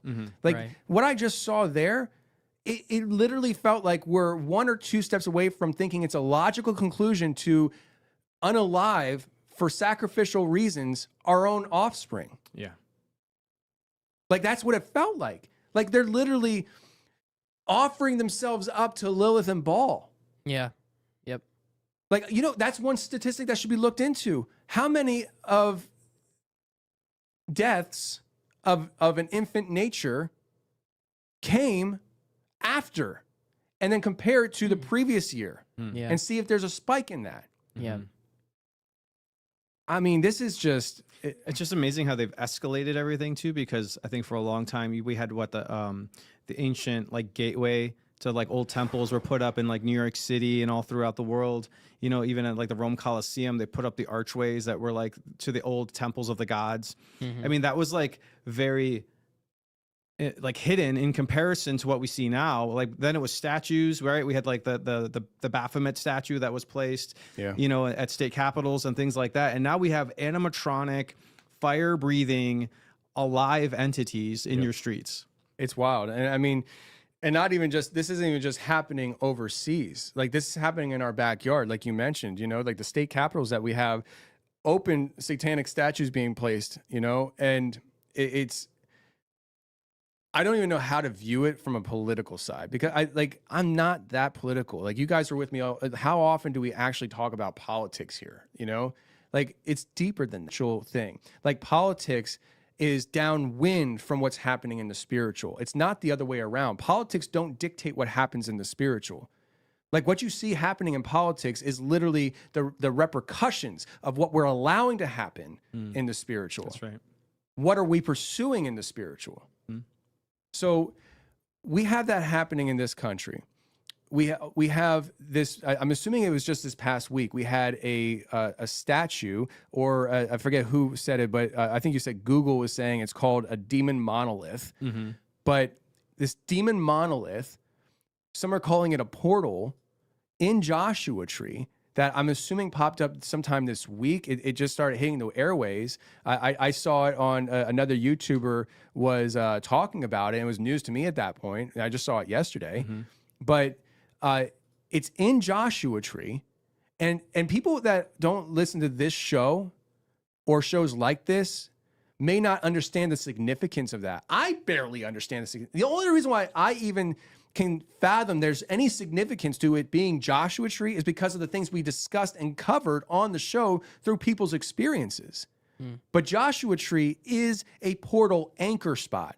There is witchcraft, sorcery, vampires, werewolves, all happening in Joshua Tree because it is that thin of a veil. Yeah, so there's actually they call it like the giant stone, and it's this like 7-story giant granite boulder. And they say that for the ancients and the Native Americans, it was like so thin of the veil, that whole valley, and it's right outside of Joshua Tree. So this whole area is all full of granite, and it's just like little monoliths, like natural monoliths, to just draw in the demonic entities. Wow. What does granite have something to do with that? Like, is there like quartz? Like, I know people say that there's specific activity that happens when you have a lot of quartz in the area. Is there something with granite that you know of, Derek? No, not specifically, but I know that like a lot of people are correlated to like magnetism and the way like energy moves through certain stones, that it transfers energy differently. So. Well, you know what? That might be a good question for the chat. Chat, if you guys know anything about granite, if there's anything significant about granite, please drop it in the chat. Jack is live producing, so if he sees anything that he feels should be put up, he can feel free to interrupt and bring it up, Jack, if you see that. But like this statue that is erected, people have said that they've heard groanings from it coming as they pass by. At nighttime, they say they see like a smoke or a mist coming off of it. It glows. And so there's a thought that, I saw this article here, Daily Mail. So a mysterious... You know what I hate about these websites is how many pop-ups there are of so videos and advertisements. Subscribe now. Yeah. Only subscribe to the Confessionals. That's right. Mysterious demon Monolith adorned with screaming faces and twisted bodies appears in California desert. A mysterious, I already read that part. Standing more than 9 feet tall, the black statue was spotted by several visitors in Joshua Tree National Park. Jack, can you pull the picture up of this while I talk about it? I can, yes. Do we have a picture of it? Yeah. Okay, cool. Standing more than 9 feet tall, the black statue was spotted by several visitors in Joshua Tree National Park over the past few days. Witnesses claim it groans every few minutes, glows at night, and is covered in hundreds of sculpted human corpses. Do you have? Yes, thank you. That actually, I forgot I have the live feed on my phone playing. So that, like, I get metal. I get, like, I mean, I don't get it. I don't like. I'm not a metalhead guy, but I get it. The like Jack loves metal music, Yep. and I get, oh, it's metal, but given what we know about Joshua Tree, the things that we've discussed before, the fact that it is an anchor point for a very, very thin veil that is here, anchored to earth, and that this is being placed there, it's more than artistic metal. And as I was reading through here, drivers passing along Highway 62 also reported seeing smoke drifting off the monolith as they drove by. The eerie discovered has sparked a wave of fears and conspiracies with some. It could be part of a ritual site or warning of an ominous event yet to come. So, like, we have that, but then there's later in the article, which I'm not going to read because it just gets into like video game talk that I don't understand. But there's this thought that a video game company is going to be premiering a new video game. Maybe it's a really popular one. I don't know. Like the last popular video game that I know of was Halo, and apparently nobody plays that anymore. So You dated yourself pretty good there. I mean, it is what it is. I'm embracing it, you know? Yeah. But so maybe this is, right? So maybe this is. And I'm not even saying the video game company who made the structure and placed it in Joshua Tree even understood the significance of it, but the underlying spiritual forces that are operating around us that we make a habit of not cleansing our minds and our actions from, that is motivating and moving the hearts of man to do things that they don't even understand why they're doing it. They just thought maybe off of Highway 62, it's a good idea. The desert background would be a good landscape to put. But that's giving them as much leeway as possible. Yeah. That's as much leeway as possible. What are the odds that a multi-million, possibly billion, I don't know what company or whatever, operation just chooses a random desert that just so happens to be Joshua Tree to put this statue of a demonic monolith portal at. So even historically, like that location of Joshua Tree has hieroglyphics of swirls and things, and people like translate that as portal realm shifting. So that's going back native. You have the giant stone, and then you also have 4 other monolithics. Remember the old like black monolithic pillars that were found around the world? 4 of them have been found in Joshua Tree. Oh, you're talking about the metal ones? Yeah, the metal ones. Like the silver. They weren't black. They were silver. Silver, You know yeah. about the one, the first one I know was found, I think in Utah desert, wasn't it? That appeared up. And what's crazy about that is I think it was that one that there was somebody out there taking pictures with the monolith, and there was other people coming. So they actually, I think they hid or something, but they see these, I think it was 4 men walk up to the monolith and push hard on it and rock it and knock it over. And then one of the guys looked back at the guy who was maybe theoretically, I can't remember if he was actually hiding or not, but said, "I hope you got your pictures." And then they picked it up and left. And there's thoughts, was that the person who put it there? Or was it like what this guy was suggesting that observed it? He said, if I remember correctly, he suggested that he thought that it was a group of people who was like leave no trace kind of people, because he's like, I'm like that too. I don't believe that we should be littering and we shouldn't be just dumping stuff like that.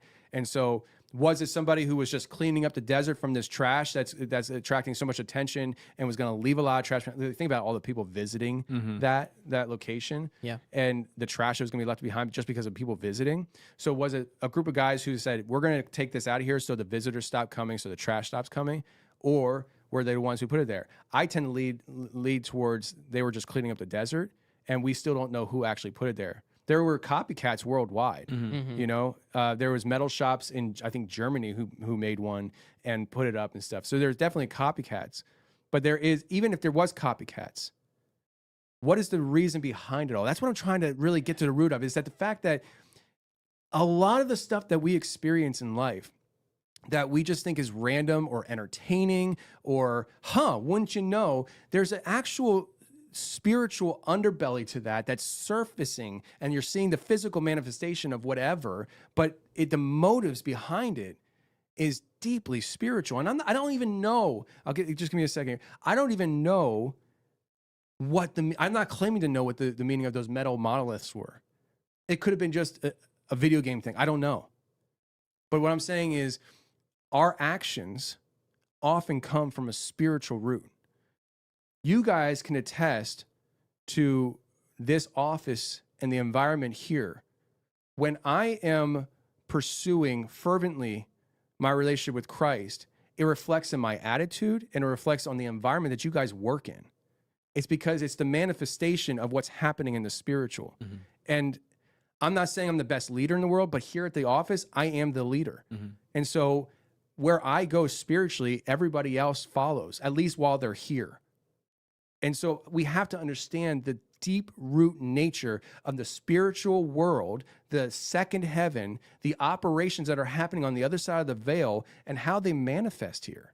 What were you going to say? I'm sorry. No, you're good. The monoliths are actually there to like magnify, so that breach between the realms can be amplified. So like it's like almost like scientific in a way, where they're going to increase the spiritual powers to thin the veil, so that I think there can be transference between the realms. So I think they're intentionally placed behind this area. I think it's completely intentional. And I don't think that's irrational to think. You know, as the guy leading the conversation on this right now, I'm trying to paint the best case scenario Right. to be able to then say, even on the best case scenario, there's still a dark underbelly operating underneath man's actions. Men who are not submitted to Christ, who are not submitted to the Creator, will automatically default to human nature, which is sinful, fallen, and dark. That's just the way it works. Yep. Paul himself talks about the sinful nature that he wrestles with. Because even though he met Christ on the road to Damascus, goes blind from it, still struggled and wrestled with this sinful nature inside. How much more the man who does not submit their life to Paul was part of the killing of the saints. He was there when Stephen was stoned, the first martyr. He was there. He held the coats. He was part of the whole process. He encounters Christ and his whole life is changed, yet he struggles with the sinful nature. So how much more an unsubmitted heart in 2025? Right? Yeah. Oh, like That's as great. magnified as all the spiritual world is too, it's like if we're not gonna be under the submission of Christ, like we can't serve two masters. Like you're gonna serve a master if you want to or not. So Yes. 100%, man.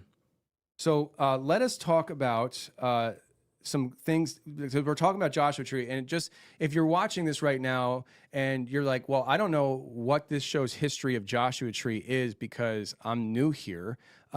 We are just going to focus in on the episode, but one episode. I've done several recordings with people who've had experiences with Joshua Tree one way or another. Also, just below Joshua Tree is what's that military base? Just below Joshua Tree. Oh man, I'm just drawing a blank on it now. I've talked to several soldiers who have been on who've been stationed there, and the one guy, he was. I'll tell this story real quick before we get into the next one, so you guys can look it up. The one guy, he was basically a Marine that was in charge of other Marines who were getting kicked out of the military, and until they were actually officially kicked out, they were like in this holding unit where it's just like they just had to exist. And there's this one guy who was off base, and he asked him to take him to a house that he was living in off base. And he shows up, and he was, I forget all the details, but it's like a real cult-like environment. And then chat, these guys are taking too long. 29 Palms. There we go. I just saw it in the chat. I just saw it in the chat. Thank you, I'm chat. not even looking at it. I should have just asked the chat. They got it. But and then he asked him to take him to a party in the desert. And he described to me what the landscape of this party was, and I was able to track where he went, this guy who I'm talking to, in the desert, right? And he's like, and I think we're doing a screen share or something, and I'm showing him, I was like, this sounds like where you're taking me. And he's like, yeah, that's exactly where I was. And I'm like, that's exactly where Joshua Tree initial portal episode was from. Wow. Because I have the coordinates. I know exactly. And he didn't know how to get back there, but he took pictures there. He says it on the recording. And so he sent me the pictures, and I was able to pull from the metadata the actual coordinates of where that picture was taken. I know exactly where this happened. And it's the same place that this other guy was telling me he was taken to a party in the desert, and he said it was really, really weird. And the guy said, you want to stay? And he's like, no. If he would have said yes, he could have been another James. Wow. So Jack, if you could cue up, we're going to talk, let's go into the James clips. I just talked to James yesterday, by the way. So somebody brought him up. Oh, it was Vicky Joy. When she was here, she said she was listening to the Portal episode, fell asleep, and she's like, that gave me some funky dreams. I was like, yeah, that makes sense. So I contacted James because earlier this year we were talking about doing an event, and we're still planning on doing an event, but we had to pivot because of just timeline, and it's hard to pull off, especially when it's your first time doing it. And so I realized though that yesterday I never told James we weren't doing the event, and James. So what you're about to see on this video. And so Jack has the audio. Hopefully it's the same timestamp. I was using YouTube. You were for the using timestamp, YouTube, so you might want to pull Give me that up. 1 second then. So what you'll see though on this video is just an image that we overlaid audio because James didn't want to be on video. He still will not appear on video. I will bring him into the studio to tell his story again to my face, have this long drawn out conversation about what he experienced in Joshua Tree. But he will not come on camera. He's in the entertainment industry, and he is worried that it will affect his career. I will tell you though, and I'll tell the world that when we were done recording this recording happened years ago. When we were done recording this, I talked to James extensively about the industry he's working in LA, and I can't tell you how many times he was like, "Really, really?" I'm like, Yeah, bro. Like he just he didn't know. Wow. And Yeah. so after our conversation, it was probably about 2-3 months later, he left LA, went back to the other city he was at, and pursued the same career in that city because he didn't want to be in LA after this experience and what I talked to him about. So James definitely has a wild story. We're not going to get into it. I think this is like a 3-hour episode, but I want to play the parts where he's talking about portals appearing in Joshua Tree. He randomly goes to this party. He meets a guy at a bar who then brings him to this party in the desert. And the following night, while he's there, craziness just breaks out. I mean, we're talking about people's faces transforming inside this tent that you'll hear about here in a second. I believe you'll hear about it in this clip. But people's faces transforming. I even think he said eyes were glowing. The color yellow pops into my mind, which has a lot of significant ties to vampirism, which Joshua Tree is really well known for extensively. And werewolves. There was a guy who never made his way on the show. He said he was willing to talk to me. It was through another person, and we were trying to arrange it, but he kept on getting cold feet. And as far as I know, he's scared to talk. But he lost his family over this, and I think his business, because of werewolves harassing him at his own shop. Holy cow. Wow. In this area. And so, like, and yes, of course, black fans were a part of this. Like, why not? He was talking about these black vans popping up when these werewolves were popping up, which goes right into Joe Barger's story, which we'll have on here probably Tuesday. Tuesday? Oh, this Tuesday? Yep. Perfect. Perfect. Joe Barger here in studio this coming Tuesday. You're going to hear one of the most wild dogman killings I've ever heard. But it goes right in with that because Joe talks about the people in the government coming and visiting him. And that's what this guy was mirroring. Yeah. So Joshua Tree has a lot of deep roots here. Jack, can you hit this thing and let's hear it? Knew I was sober. I minus drinking a bit, but I wasn't wasted. And I walked over to where that guy Ollie had his van set up. And at this point, he was fidgeting with these lights. And I went up to him. I was like, "Hey, Ollie, can I talk with you real quick?" And then he's like, "I can't talk right now. I'm really busy." And I was like, "Okay." And I stood there. And as I stood there, I heard this, and this is one of the well, I don't know if it's the craziest, but this is like probably the craziest thing, one of the craziest things I saw. I hear this ear-piercing scream, like in unison, a bunch of people like screaming at this high frequency. I turn around, I see the tent from the dance floor fly up into the air. I see people flying into the sky, and I see this green portal. And I'm like looking at this like, oh my God. Like my stomach dropped. And then I looked back at Ollie and I was like, "Hey man, what now?" I was like, "What's happening?" I was like, "Something's not right here." And he just kept on saying, "I can't talk. I can't talk. I can't talk." And then basically I was like, okay, well, I'm seeing some very unexplainable things with my two eyes right now. So I pull out my phone and I go to try to like record this, and my phone won't even unlock. And it's just glitching on me. It won't unlock. It's just glitching. And I'm like, and I can't even get it out of the home screen. Like I'm trying to get my iPhone to unlock. It's doing something I've never seen it do. It's just like glitching. And then at that point I was like, okay, man, even if I was like drugged, this doesn't make sense. I would still be able to like unlock my phone. This doesn't add up. So then I kind of, obviously I get freaked out. So I start walking away from what I'm seeing because it's not registering in my mind as logical. I'm a logical person. This is not logical. This can't happen. People don't fly in the sky and portals don't open up because that's just not, well, at the time, that's not how things work in this realm that I live in. Like I've never seen that before. Why would that make sense? That I'm open to, revisiting this episode and the fact that James firsthand, and I've had people say, oh, he was on drugs, he was slipped something. I don't believe so. I don't believe so. And to be honest with you, James has ventured down that thought. Even on the show, he mentioned that. He's like, I forget what he said, so I don't want to try quoting him.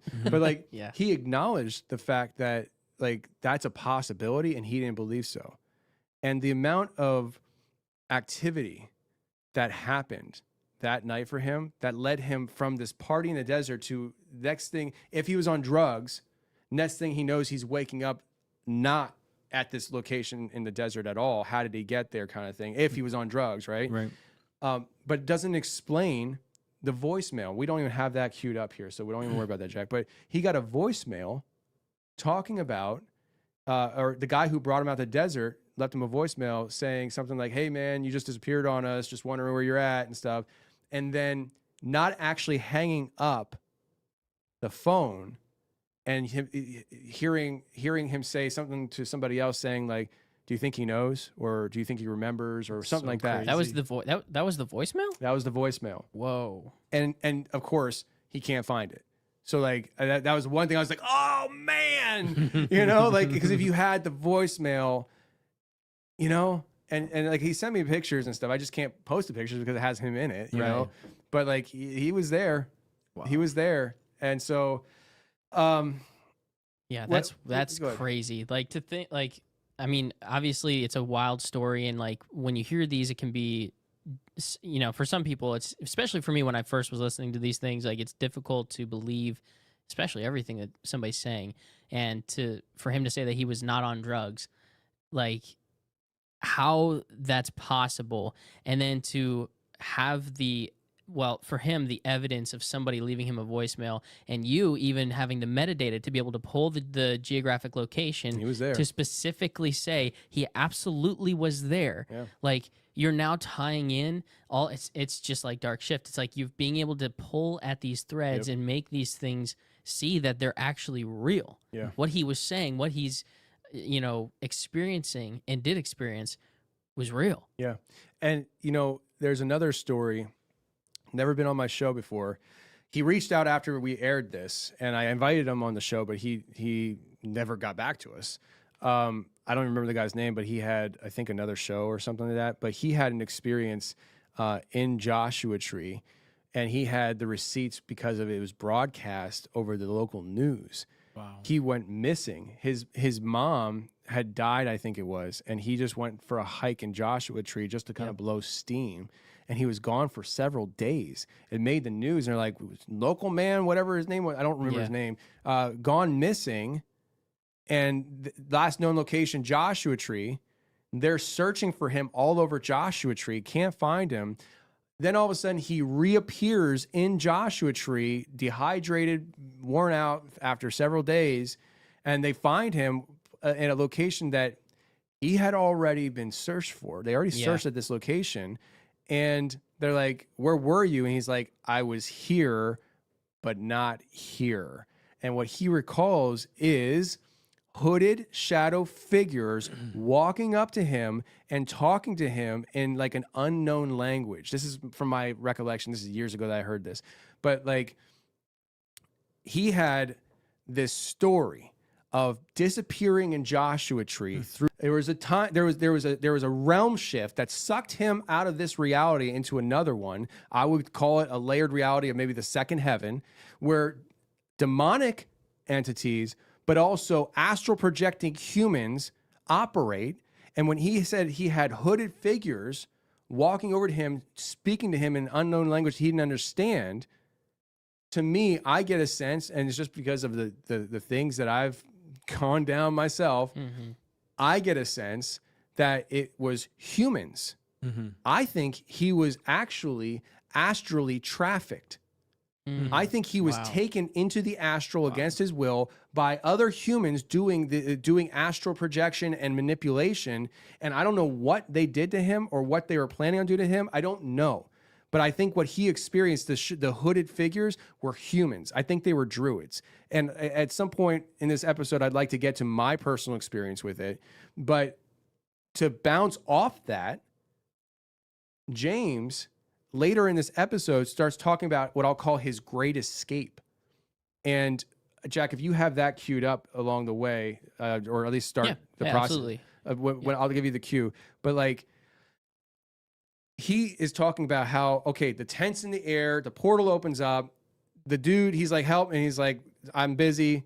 He winds up running along RVs, and there was this ritual circle happening with people in hoods, and they looked like they had ill intent towards him. I don't remember what the interaction was, but they singled him out.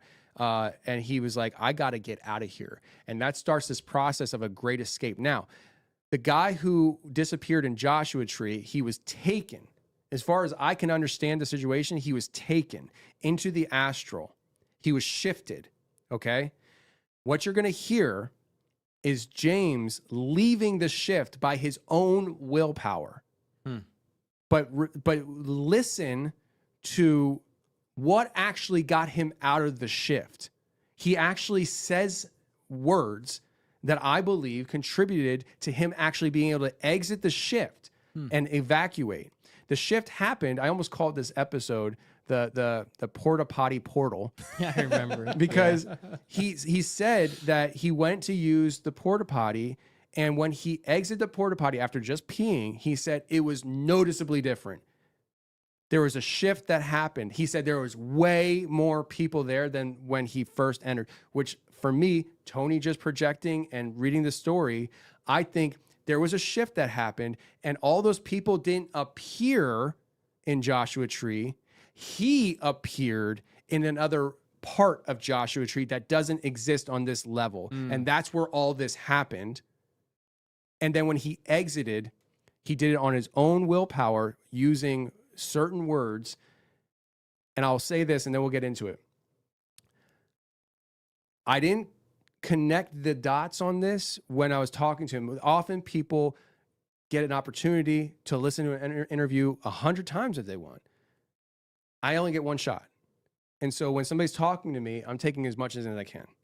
And I missed this one detail, which I don't even know if I would have noticed the detail in the moment if I would have made the connection. But he earlier in the episode says that there was a man in a Mad Hatter hat that gave him a VIP bracelet, almost as if he was expecting him and somebody else. It was a listener of the show who said that, like what Zach King describes when he would dress up as a satanic wizard casting spells. Yep. And so I took the image of the music video from Pink, who Zach King says in the Pink music video, like a pill, there is a high wizard casting spells over Pink in the music video. He says that is a high wizard. So that's what Zach King said. So I took a screenshot of that, gave it to James and said, did the guy in the Mad Hatter hat look like this? You know what he said? He said, during the day, he didn't have the face paint on, but at night, he looked just like that. Wow. So now we have a high wizard orchestrating a supernatural event in another astral realm that James was sucked to, taken to, similar to what the guy who disappeared in Joshua Tree experienced. Yeah, that's I put up on screen what it looks like. That's a screenshot from the music video. So that's what Zach King was talking about. That way people can see what it looks like. Yeah, that's what Zach King used to dress like. Wow. And he would, and just so people understand, Zach King was one, I think of 4 to 6, I think it was, high wizards worldwide who their full-time job was to travel powerful people, heads of government, kings, queens, rock stars, movie stars. That was the job. And so what you're seeing here with the music video with Pink is a high wizard casting spells for Pink through a ritual that's portaling to an entire world. That song was a hit. It was one of the songs that put her on the map. Before that song, if I remember correctly, she actually had pink hair. There was a shift with Pink. Mm. She was from Philly, pink hair, kind of like tomboyish. I think she even rapped. Mm-hmm. And then she shifted wow. into this darker music. I'm just saying. Wow. Jack, share with people what they don't know. Okay, here we go. And I start like, I'm just like, all right, well, I'm just I'm not hearing it. Yep. Hold Okay. on 1 second. gonna kind of get going. And one of them like grabbed me, and then I like pushed it off of me. But it was weird when I pushed it. It wasn't like a solid thing. It's hard to describe it. I know this sounds crazy. It's just it wasn't like it felt physical, but it was so weird. And they start like kind of hissing at me, like making these hissing sounds. And I'm standing there thinking to myself, like, this can't be real. This can't be real. And then I grew up with a, religious background in Christ. And I was just, okay, I know what they hate in horror movies. I'm just going to do it. And I was just like, all right. Cause I just felt like they were just blocking me. It was like 3 of them and they were kind of like coming around my perimeter. And I was just like, in the name of the Father, the Son, the Holy Spirit. And right when I did that, they like kissed and they kind of like shot back. And then I start like running, and I probably run about 50 yards. And then all of a sudden it's just like I hit this force field. And I've never felt anything like this. And then I'm trying to run, and I'm running, but it's like I'm on a treadmill. I'm running, but I'm going nowhere. And then all of a sudden I just see the ground like expand in front of me. And then I'm like, oh my God. I was like, this is like, it just felt like I was in a nightmare that I couldn't get out. So I'm just standing there, and then I'm like calling out to my dad who had passed on, and I was like, Dad, please help me, like, please, like, because I at that moment, like, I was pretty certain like something bad was going to happen. Like I had a feeling I was going to be sacrificed, and it was crazy because in these moments I felt that I don't even know if I was per se afraid to die. I felt like there was something worse than death, like in this moment. And then I had this weird recollection of like my whole life, like kind of flashing before my eyes, and just thinking about how I'm like, I just really felt like I was a good person, and I'd never felt this before. Like I felt like this overwhelming good in me. And not saying I'm a bad person, but like I just felt like this like presence just come over me, and I'm just stuck, and I'm trying to run, and I keep on trying, and then I kind of just give up. And then I look behind me, and I just see those like cloak entities, and they're coming in the distance, and I'm just like, I'm doomed. I was like, I'm doomed. I was like, there's no way out. And then I don't know what came over me to say this, but I just started saying, I walk with Jesus. I walk with Jesus. Jesus guides me. And right when I started saying that, I start breaking through it. And it's like, and it feels like I have these weights on my foot. As I'm saying it, I'm starting to like break through, and I'm like breaking through. And then finally, like, I keep on saying it. Jesus guides me. I walk with Jesus. And then I like break through, and now I'm like running, and like the ground seemed to like retract back into like a normal thing. And I was like, oh my God. Like, I was like, they had some kind of force field or some portal going on here. I mean, at this point, I'm not even trying to what's happening. This is more so like me rationalizing it after the fact, but I'm kind of just in flight or fight mode at this point. And I know that like, I can't fight these things because it's beyond what I can do as a human being. And I get to probably, I say another about football field length away. And I'm just like kind of out of breath, and I'm just standing there, and I'm starting to hear like whispers, like something like the best I could describe it as is like a demonic spirit, like something like it's like swooshing by my head, and I'm just hearing like things talking, and it's like happening on like both sides of like my ear, and it would stop, and I just kind of froze still, and So that's a little taste of that episode. And, you know, it's like, I don't know what to tell you. I mean, James isn't even a professing Christian, as far as I know. So in his dire moment of, I need to survive this, trying everything, when he starts just declaring, I forget the phrase that he used, but just declaring the name of Jesus stops the attack. Larry Ragland is a friend of mine. He was on the show not too long ago. He's in the chat too. Well, shout out to Larry then. Like, he had a sleep paralysis experience. He could tell it better than I could, but I'm going to tell it for you, Larry. I'm going to tell it for you, Larry.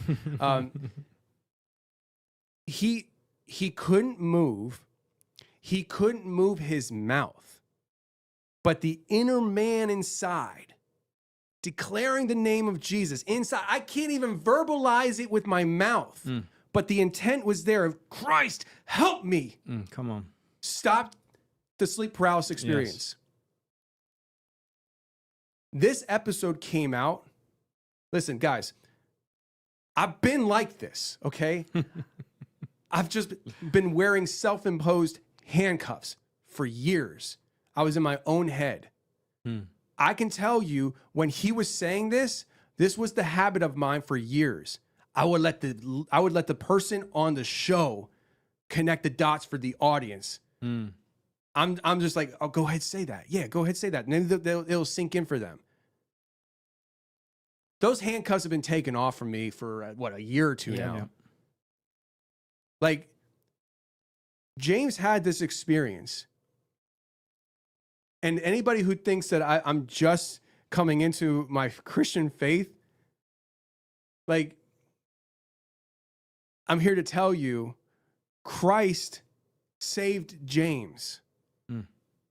Okay, I didn't say it on the show. Him and I had a deep conversation. This was my habit. This was my habit back in the day.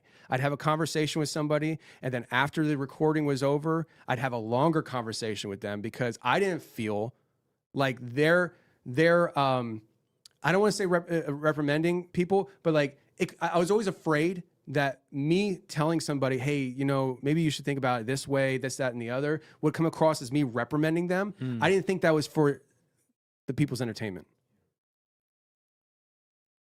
But I will just say this. I didn't say it on the show, but I'll say it now. It was literally Jesus Christ that pulled James from being... James was plucked into this other state of existence where all this stuff happened, as far as I can understand it. Sure. And he couldn't leave on his own will, because he didn't even know how he got there. But just crying out to Christ, all he did was boop. Yeah. You know? Yeah. Amen, man. That's right. So in that clip, he is talking about being chased by the cloaked figures. So he sees the cloaked figures. He's being chased by the cloaked figures. They hiss, all that stuff, right? Well, we have our own experience. Well, you weren't here yet, but with the cloaked figures. And this was on a members episode. We're going to play a clip from it. Jack, what episode number was it? 632. What was it called? Echoes of Nephilim Bloodlines. So episode 632, Echoes of Nephilim, had an in-studio guest here. And what was happening is, I think I was doing some filming with the guys for a documentary. Ward was sitting across the table over there. Joel was sitting here. And our guest, Hunter, was sitting here. Now, people would recognize Hunter because the episode before this one, Hunter was on. And it was like, I don't know, Interdimensional Dogman or something like that. He talked about having this experience where he dreamt about a dog man chasing after his family. He gets in the middle, it tears him to pieces. He wakes up with cuts on his back. Only for like a month later, he's literally in this realm walking through the woods with his son, and that very thing that he dreamt about that left marks on his back was standing before him and his son. Wow, man. And so he comes out because he had more things he wanted to share. I said, dude, just come out of the studio. So he comes out to the studio. Now, he owns his own contracting company. He's a worship pastor at his church. And I would say this as a preface, he often in my communications with him on a night and he's shopping groceries or something like that, because that's the time he has. Okay. Yep. He's a busy guy. So we were planning on having him come out to the studio. He comes out, he tells the stories, and quite frankly, I have zero recollection of anything he said that entire episode, because the last thing he said hit me, so it knocked me off my feet, man. It's one of the big reasons why I view things the way I view it, and I'm so like, it was one of the turning points of my psyche of being like, you know what, gloves are coming off.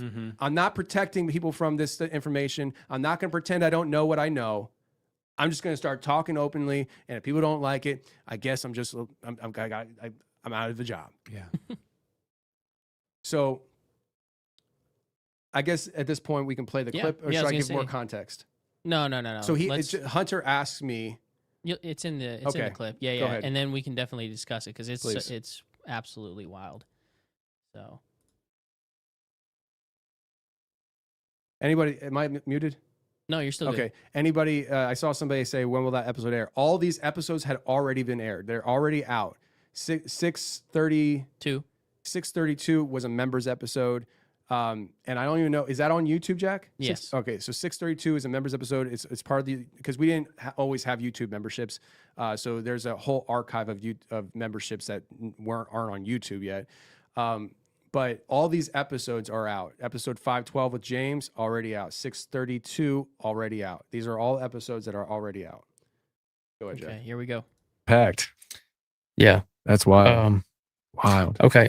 So this is gonna lead me into like my last. I mean, there's a few more things, but it's not really anything big that's happened. But do you remember I texted you and asked you, or I texted you? I think it was back in the summer, maybe like June, July, or August, and I told you I had a dream about you. You remember that? I do not.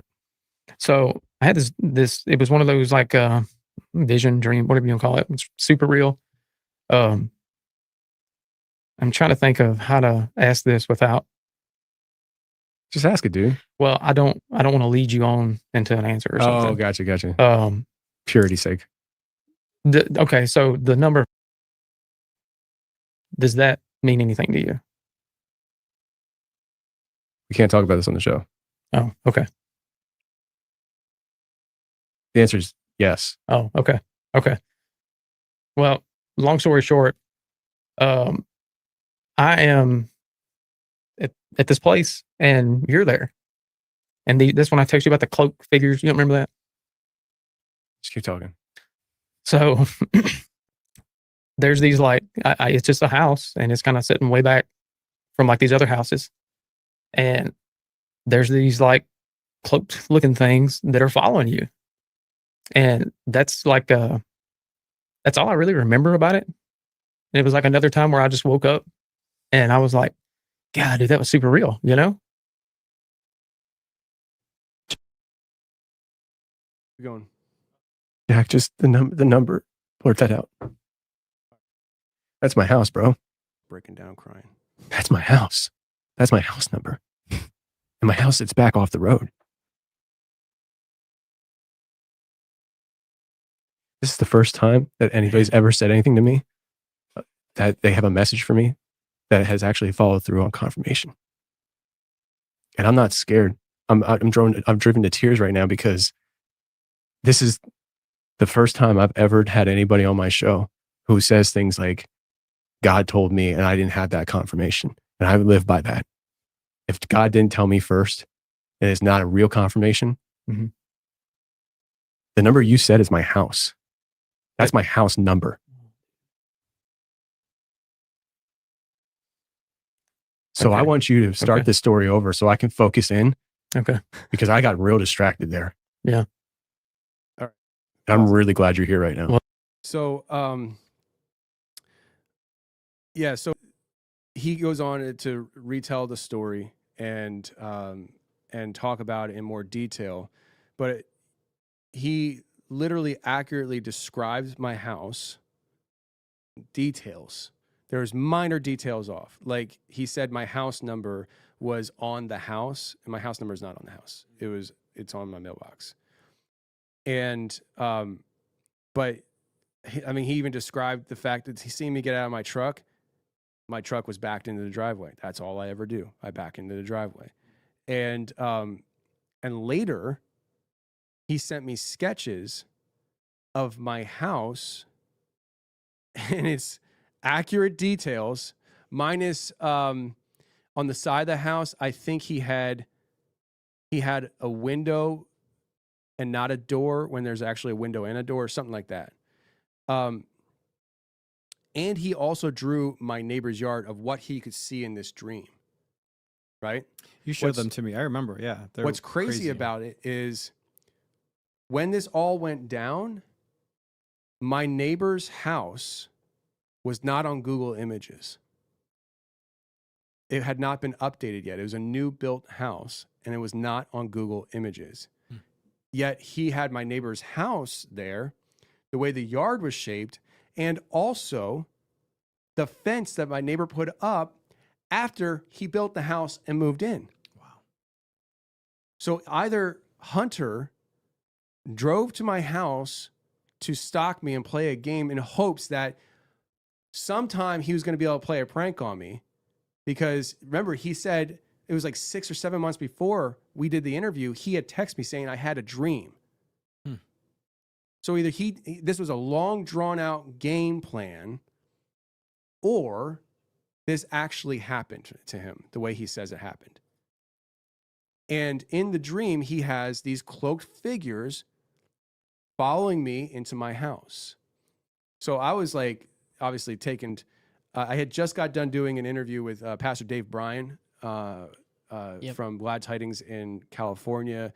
He adopted Anton LaVey's daughter, and he came on to tell his story. Actually, he's coming out. Is he coming out too? To Dave Bryan? Yeah. January. Next year, right? Yeah, soon. In January? Or February. February. Early February. Yeah. So we're going to be recording with him again next year in February. But I call him because at that time, I didn't really have a Rolodex of pastors that were like cool with me.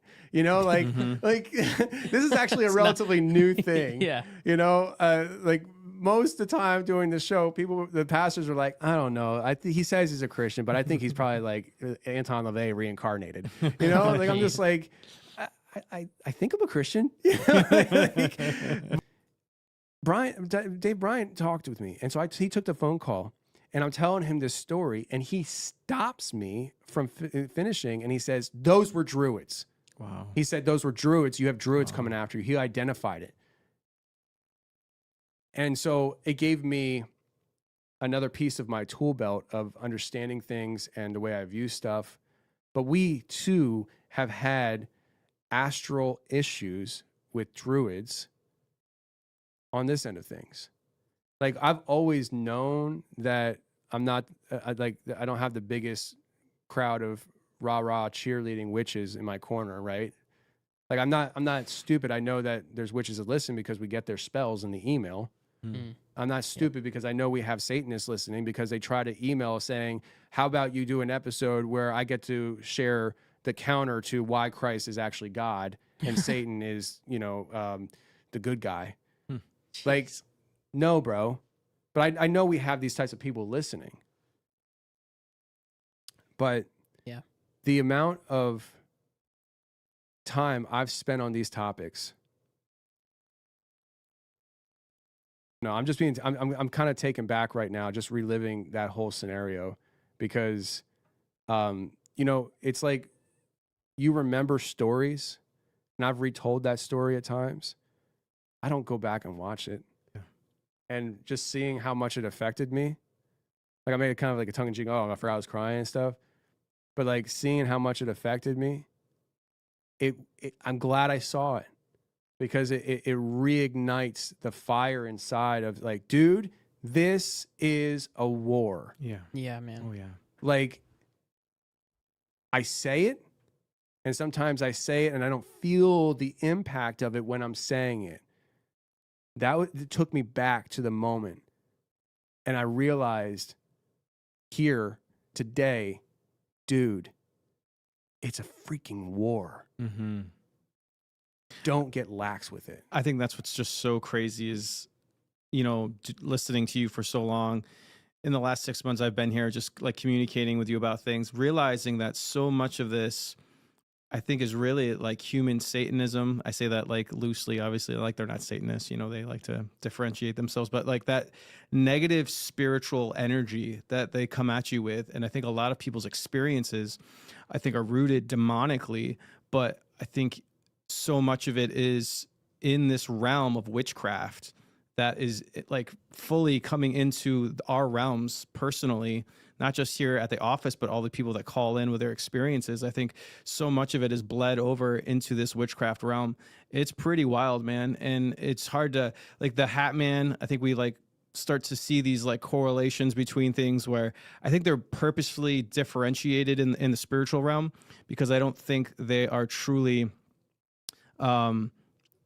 what they say, you know, or what we think they are. I think that's how they're intentionally put to be separated, so we know, and then we can identify them for being druids or people in witchcraft. So Yeah. Well, Yeah, man. I mean, honestly, dude, I'm glad both you guys are here. I don't think it's a mistake. Like, first of all, Jack is the first person I personally have ever employed, and it needed to be that way because he's blood. He can't escape me, because I had to learn how to be a leader and a boss and things like that. And we've had some really rough go rounds at times, because I don't communicate what is inside here properly.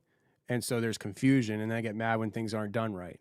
But also you know, like you've come along, and you being here is not an accident. You have a pastoral degree. You were a pastor, for 15 years under your dad? Yep. And so like you're like the in-house chaplain. Mm-hmm. That's what I'm calling you. So true. You Yeah. know, and because here's the thing. So like at times there's this spiritual warfare that's happening here. Mm-hmm. You've experienced in the last 6 months. Oh yeah. Several times. There's yeah. baggage. There's you can feel it. It's heaviness. You can taste it. You can feel, like, put your fingers through it. It's like a slime that just floats in the air everywhere. And in those moments, a lot of times it's a weight that I'm carrying on my shoulders. And again, like before, it just kind of falls off on everybody else around me. And in those moments, so many times you've been like, we need to pray. We need to pray. And honestly, at those times, I'm like, I don't feel like it. Go ahead. I'm not going to say no, you know, but it's like, I don't feel like it, you know? Yeah. And you lead us in prayer, and it's not an immediate release, but like it just happened earlier this week, I think it was. I was miserable on Monday. Yeah. You know, like I barely slept the night before. I was just not in a good mood. And you're like, we need to pray. We prayed. I didn't feel great. But by the time I walked out these doors to go meet with Laura and her team, I was feeling a lot better. Yeah. You know? But if we didn't pray and wage war in the spiritual in that moment, I could have walked into that hotel and started the meeting with Laura and her team to go out and do this in a miserable mood. Sure. And just having this like this spiritual blockade between me and the Holy Spirit's voice speaking to me that day. Oh, but that's for everyone. I mean, that's so intentional of the enemy to come in and try to slow your progress. Like that would have been devastating to your progress that you made this week. Yeah. You know, if you had a bad attitude, you said the wrong thing, then you would have eaten yourself up about it. It's like, that's how the enemy's tactics are. They move in such subtle ways to get us to not be active, to be angry, to be frustrated, to take it out on other people. And we have to be mindful that when that's occurring, man, that we got to pray. We just got to pray. Yeah. And I even do that on the way to school with the kids. After I yell at them, I pray. No, I've been trying to, in the habit of on the way to school, just pray with them and stuff, you know, for protection. They're outside of my physical protection. And so protection spiritually, just their minds, all that stuff. But let's get into some of these super chats, and then we got to cut this out because my wife's texting me. I think I have to pick up my kids at some point today. So, Jack, All right, do you have let's super do some chats super available? chats. Yeah. We'll start from the beginning here. It's up on screen there. Did you notice the major differences in the shift of dark magic and uptick in child disappearance after Helene? No, I haven't. Have you guys heard anything about that? Interesting. I haven't actually. But I mean, that'd be an interesting thing to look into as well, because I mean, around here, I mean, we live in East Tennessee, where just 30, 45 minutes from here, Newport was devastated from it. Yeah. Like I went out there, I think a day or two after and stuff, and the flooding was just horrific. But around here, a lot of people think that this was engineered. and manufactured. Yeah. And if it was, Hmm. not that they need a storm to take kids away, but it's like a lot of evil groups and entities coming together. It's like, oh, you're going to do that? Cool. While you're doing that, I'll do this. And let's just take some kids like we did in Haiti. Mhm. Because how many kids in Haiti are missing right now? Hmm. How many kids in Haiti go into human trafficking, never to be seen again? It's true. Yeah, man. Man, what's the next Yeah, one? it's wild. Less heavy. Hey Tony, how do I get a hold of your music playlist? I found the song you remixed for the intro, but can't find the one at the end of your episodes. I like all kinds of music, but only Christian. Any recommendations? That's a loaded one. I would say, first of all, the song for the beginning of the audio shows is a instrumental that I purchased the rights to, but apparently didn't matter if I purchased the rights to it because they kept it up on YouTube, and I've heard it for years now and other things. But so that I purchased the rights to, and you found it on YouTube, so you know where to find it. As the playlist goes, we were actually just talking about that, maybe making a playlist of some of the outro music. But I would say I would just start with this, point everybody to Joel Thomas. I mean, for years he's made outro music for the show, and super talented musician. And when he is the outro song, just look in the description at the very bottom, it'll name the song and hyperlink where you can get it. Yep. But yeah, I would say check out Joel Thomas and all his music. He's uber talented. Next up. So yeah, have you heard of Katie Souza? She has shown Christians how to be healed from cancer. It's deliverance from a serpent spirit. Check her out, please. See what you think. Prayers and blessings up. Well, Lady Light, I can tell you this. Have I heard of Katie Souza? Katie Souza was sitting where Derek was sitting last Thursday, and she prayed for Lindsay. Yes, I have heard of Katie Souza, and her episode will air is sometime next year. Yeah, pretty much. We're booked out this year. We're booked out pretty good, yeah. But yeah, I know she was just over on Deep End with Taylor Welch, and her episode just aired yesterday, I believe, because she came from Taylor's studio to ours. Yep. Because he's in Nashville, so he's only a 3-hour drive. They came out here. She recorded with me. I'm telling you, it's a banger. A banger. Like, it's wild. It's wild. It is so good. And I'm going down to her studio to record with her for her show. And I told her, I was like, "You're coming back up. We'll do an exchange. I don't care, but you got to come back." She brings the energy, man. She's awesome. It's just wow.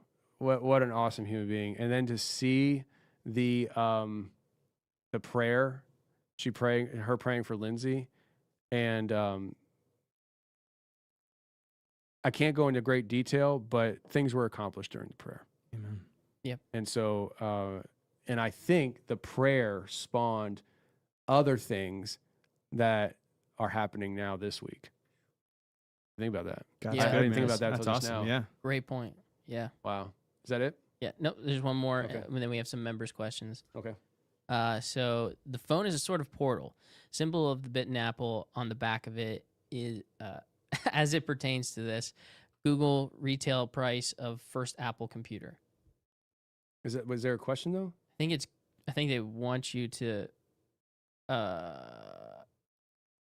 symbol of a bitten apple on the back. They're saying that the phone is a sort of portal. So it's just, I remember. I don't remember, but I remember. I remember hearing the official narrative of the bitten apple and what it symbolizes and means. But come on, come on, really.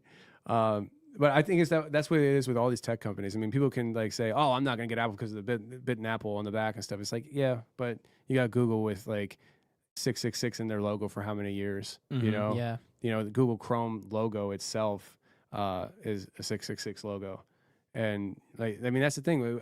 It's not public yet, but I was talking with Vicky Joy yesterday about this stuff and how you have to know your exit ramp. We're all on this technological highway, and it's 4 lanes.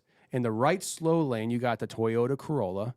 Okay, just local mom and pop shops using social media because they think it's good for their business. And in the far left lane, you got the Ferraris of Google, Apple, companies like that, tech companies just flying down this AI highway to destruction, baby. And you're on this highway. You have no say. If you're going to operate in society, you're on this highway. You don't have an out. Anybody tuning in right now knows this because they're on the highway watching and listening to me right now. But you have to establish an exit point. You have to establish an off-ramp. And your off-ramp might be different than my off-ramp. Maybe you find yourself in life where your job, your lifestyle, everything does not require anything with technology, and you pretty much live off grid already. You're probably not even listening to me right now. You found your off ramp 10 years ago. But everybody needs to establish what their red line in the sand is, what their exit ramp is for this technological highway. And then once they establish that, actually have the gut and the willpower to, when the off ramp approaches and is here, to actually take it. Because if you operate under conviction and establish the off ramp that you and feel God is telling you, this is the off ramp for you. Yeah. And you don't take that off ramp, now you're living in rebellion. And you got to be careful with that. I don't know how I got on that, but go ahead. No, great. That's great. So then we have some members' questions. Says, hey guys, are you planning on uploading more of the older member episodes to YouTube? I'm hoping to hear the old Demon Boy story specifically. I don't want to rush you if you're busy, though. Oh, see, the grace in that question feels so, it feels good. Because so many times people are just so demanding. It's like, well, now I'm not going to do it because I'm not the dog that just barks when you say bark. Yeah. But no, there is a plan to do this. It really is limited hands. I mean, like how you guys can attest, how many times do I just say, oh, I'll do it? And it's like, that's not the point, Tony. Yeah. Like we need to, like, you can't just keep, like, what's the point of everybody else being here? But like, I can just say, Jack's, I mean, how many nights have you been here till like midnight this week? 3. 3? Yeah. So like just this week alone, Jack has come in at 8:30. Today he came in at 8 and is leaving at midnight because of the workload. And honestly, it's not too hard to take these older episodes that aren't even video and turn them into video just with the audio overlaid. It's just the amount of time, whatever that is, to take to do that is taking away from something that has to get done now. Yeah. We're severely understaffed. So we need more help. We need more help. So that's funny. And then go ahead. One more here. Just wants to know, when does Laura's episode drop? That's a good question. We haven't worked that schedule out. That we're actually working on changing how we even operate. We're planning on hopefully in the future here having weekly episodes, maybe on a Monday morning or whatever we decide, to start game planning for the following week's episode. So everybody's on the same page. We know what the title is going to be. We know how we're going to roll it out. All of it. What's going? Is there a commercial? Is there a promo that we need to do for merch and all that stuff? Which, by the way, merchmerch.com, go check it out. But like, we haven't gotten that part of the schedule. I can tell you, I think we're scheduled through, we're scheduled through January next year, but we have an archive of people who need to get put out. So we don't know yet, but I would imagine Laura probably in February. Let's just put it out there. I would say probably in February. So, and Katie too, right? Oh yeah, of course. Yeah. like February is gonna be a heater month. It's Yeah, gonna I be a agree. heater month. Like if everything goes as planned according to our schedule, we're gonna start off the month with the episode that we couldn't air on YouTube because we needed more time to censor parts of it that were just not YouTube friendly. Like I get caught up in talking to the person across the table from me because it's no longer my problem about editing. That's Jack's problem. So when they're talking about things and they're saying things that are not YouTube friendly, I'm not even thinking about YouTube in that moment. But she said some things that could we lose our channel? Well, it would be, Yeah. it'd be pretty. So we need more time to dissect it, and the full unedited version will be put in 2 places, one for free on Rumble, so you'll be able to watch it if you're not a member, but also my members on my app, not on YouTube. YouTube members, you got to go to Rumble because I'm not taking a chance of YouTube. You either have to go to Rumble or members on my app, they'll be able to access the full and edited on the app. Is that right, Jack? Yes. Yeah, Okay. that's a good way to do it. Cool. So is there anything else? I don't believe so. Okay. All right. All right, guys, listen, this was a fun one. I feel like we accomplished everything we set out to. And man, like once it got rolling, it got It rolling. was rolling. Yeah. Maybe it's just me. Man, the But spirit, of God, the spirit of God was on you. I started I'm spitting right now. Tony's preaching, you know, Was just I? preaching, stomping around. Well, it is what it is. I'm Tony. I do things. For the audience, thanks for tuning in live. I saw we peaked over 1,200 people watching live. Right now, I see that we're over 1,100 watching live. Thank you so much for tuning into this live. It means the world to us. We do plan on doing more of these lives like this. I mean, if there's a week where I have something I want to rap about and I don't need anybody's help, I'm just going to go on where Jack's sitting, power it up, and just look at the teleprompter and rip for an hour to you guys. But sometimes I don't have that. And sometimes it's like this where I have things we could talk about, but I need to riff with some guys. And that's what these guys are coming in for. And I think they did a good job. I mean, let us know in the chat. Give them a thumbs up if they did a good job. If they didn't do a good job, don't say anything because they're very sensitive and they don't want their feelings hurt. But guys, I appreciate you joining me here in studio, and to the audience, thank you so much for being here. And we'll be back next week. I think. What's next week? Week before Christmas. We can do next week, right, Derek? Sure. Manager Derek? Yeah. Okay. You're going to be gone the week of Christmas, right, Jack? Derek? Maybe Friday. Okay. And Jack, you're going to be in Pennsylvania? Yeah, the week of Christmas. Week of Christmas. So I'll be solo. Oh, Christmas is on a Thursday. So maybe the day after Christmas, I'll come in and do a live by myself. A and just Grinch kinda- special. A Grinch special. A Grinch special. But man. we're trying to do these every week, you know. I enjoy them. And now that we kind of got our feet underneath us with this year's events, we're trying to start off 2026 with the right foot and what we actually want out of our lives and the company and things like that. So look forward to more of these.